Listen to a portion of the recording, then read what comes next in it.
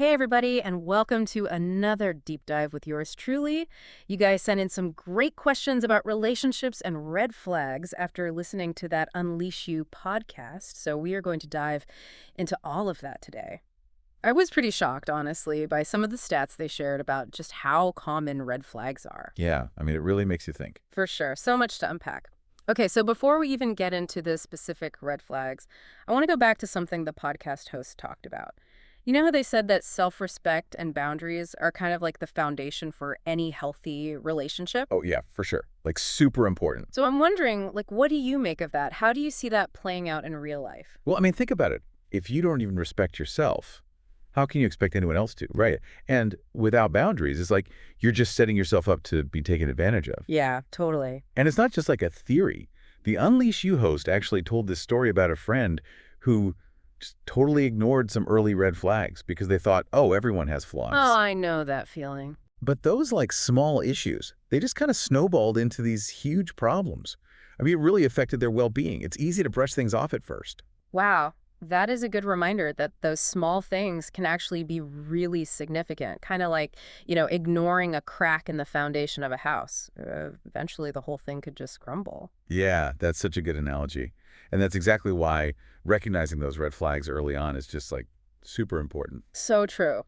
Okay, so let's get into it. Let's dive into those red flags. What's the first one we should be on the lookout for? Well, the Unleash You podcast talked about controlling behavior as a big one. It can be hard to spot at first, but it can be super damaging. Controlling behavior. Okay, yeah, that sounds intense. What are some examples of that? Like, what should we actually be looking for? Well, like, does your partner try to isolate you from your friends and family? Mm. Or maybe they're always checking in on you, getting super jealous or trying to control like who you spend time with or where you go. Got it. So it's not just like little disagreements. It's about like a pattern of trying to restrict your freedom. Right, exactly. It's more about power and control than like, love and respect. And honestly, over time, that kind of behavior can make you feel really trapped. Totally. Okay, so controlling behavior is like red flag number one. What's next? The next one is communication breakdown. I think a lot of people struggle with this one. And it goes beyond just like having an argument every now and then, which, Hmm. happens in any relationship. Right, disagreements are totally normal. So what makes it a breakdown? What are we really talking about here? It's more about a pattern, like Uh, feeling like you can't really express how you feel or feeling like you're always walking on eggshells yeah. or like your opinions don't even matter. Oof. Yeah, I can see how that would be a problem. It's about not being heard or respected, right? Yes, exactly. And good communication is just essential for any relationship to actually thrive. Without it, it's like you're trying to build a connection on like a shaky foundation. Totally makes sense. And I bet that kind of communication breakdown can lead to like a lot of resentment over time. Oh, absolutely. It's almost like trying to have a conversation with someone who is speaking a totally different language. You just can't connect. Okay, so we've got controlling behavior, communication breakdown. What's the third big red flag we should be looking out for? This one can be really hard to deal with. It's disregard for your feelings. It's basically when you constantly feel like your emotions are being minimized or like your concerns don't matter. Ooh, yeah, I can see how that would be painful. It's basically like your partner is saying your feelings aren't valid. Exactly.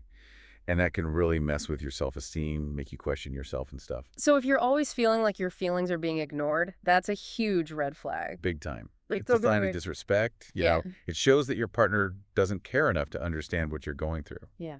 Okay, so we've got these three major red flags: controlling behavior, communication breakdown, and disregard for feelings.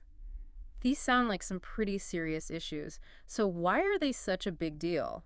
Like, what are the real consequences of ignoring these red flags? Well, that's where things get even more serious. Ignoring these red flags can have some pretty intense long-term consequences for your mental health, your sense of self, even your safety. Okay, yeah, I'm ready to hear more about this. What kind of impact are we talking about here? So first of all, ignoring red flags can cause like a lot of emotional distress. Yeah, that makes sense. Being in a relationship that's constantly stressing you out can't be good for you. Right. And the Unleash You podcast mentioned some research about how toxic relationships can really increase your risk of things like anxiety and depression. Wow, that's scary. It is. And then on top of the emotional stuff, ignoring red flags can really damage the trust in a relationship. Yeah, that makes total sense. If you're constantly feeling controlled or like you're not being heard, how can you trust that person?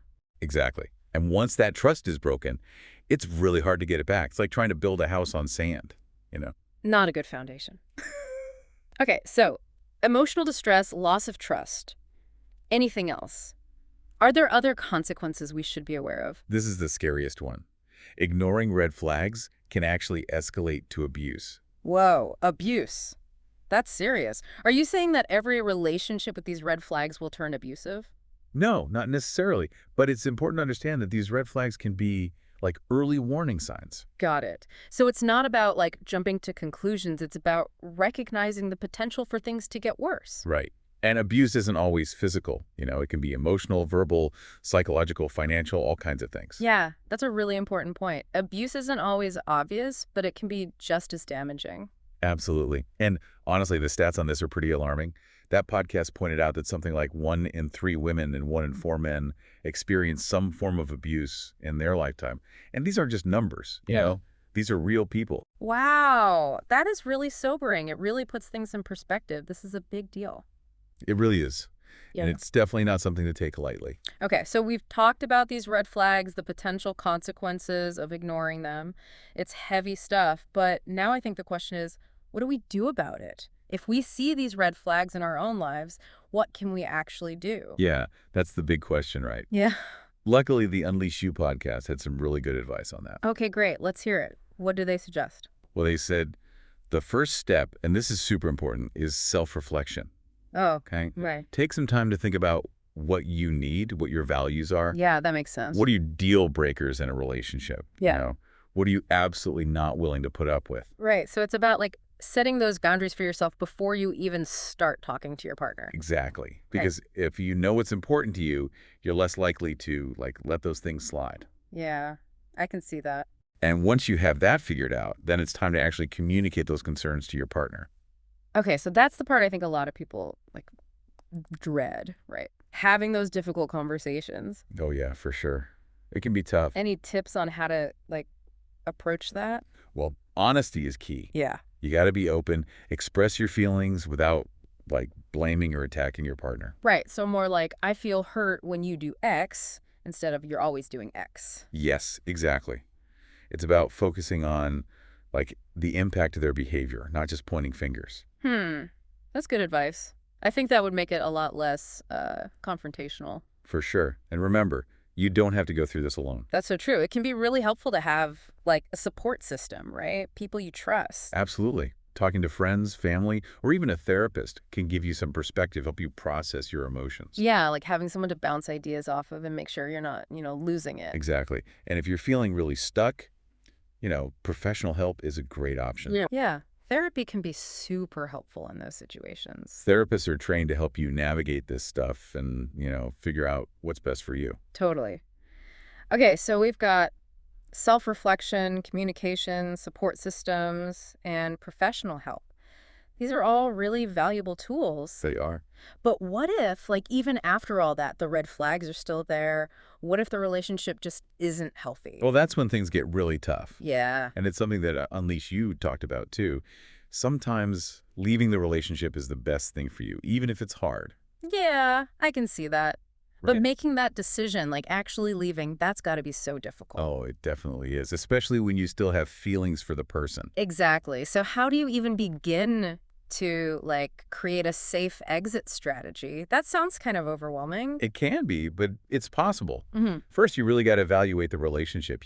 Are these red flags just like a one-time thing, or is it a pattern? Right, because if it's a pattern, it's probably not going to change. Exactly. And while you're figuring that out, think about your safety. Yeah. Safety first. Are there safe places you can go if things get bad? Do you need to consider any legal options? Okay. So having a support system in place is really important during this process. Super important. Having people you trust who you can talk to can make a huge difference. And taking care of yourself, right? Like, self-care is probably more important than ever. Absolutely.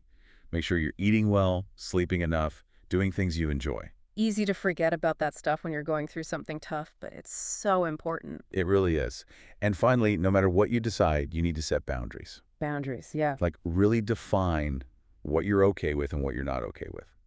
It's about taking back your power. It's like, this is where I draw the line. Yes, exactly. You've Yeah. got to prioritize your own well-being. Wow, this has been such a helpful deep dive.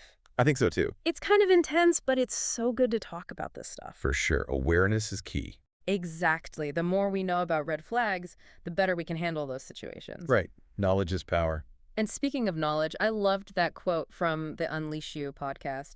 You know how they said, acknowledging red flags is the first step to reclaiming peace and happiness? Such a powerful quote. It really gets you thinking about what peace and happiness even mean in a relationship. Totally. What are those things you won't compromise on? What do you absolutely need to feel loved and respected? Those are the big questions. They are. Well, I think this is a good place to pause for now. Okay. We've covered a lot of ground, and I want to give everyone some time to, like, digest it all. Makes sense. But we'll be back soon to finish up this deep dive, share some final thoughts, and wrap things up nicely. All right, welcome back, everyone. Yeah. So, sometimes after a deep dive like this, I just need a minute to, process it all. It's a lot, Yeah, for sure. It's heavy stuff. It is, but even though we've been focusing on the negative, all those red flags and stuff, I actually feel, hopeful. Yeah, because, awareness is the first step to change, right? Once you see those red flags, you can actually do something about it. That's true. You're not just stuck anymore. Exactly. And it all goes back to that quote from Unleash You. Acknowledging red flags is the first step to reclaiming peace and happiness. Oh, yeah, that's a good one. Right. It really makes you think about what peace and happiness actually mean in a relationship, what are your non-negotiables? Totally. What are those things that you just absolutely won't compromise on? Yeah, and once you know those, you can start building relationships that actually, align with who you are as a person. Exactly. It's about finding that connection where you can, be yourself and thrive. Thrive, yeah. That's the goal, right? Definitely. Okay, so as we wrap up this deep dive, I want to leave everyone with this thought. We've talked about some serious red flags, but you've also learned a lot about self-respect, boundaries, communication, and all that good stuff. Right. All those tools you need. Exactly. You have what you need to create healthier, happier relationships. And remember, acknowledging those red flags, Yep. that's just the beginning. Now it's about using that knowledge to make good choices for yourself. So true. You deserve a love that lifts you up, not one that brings you down. You do. Keep learning, keep asking questions, keep diving deep, and we'll see you next time.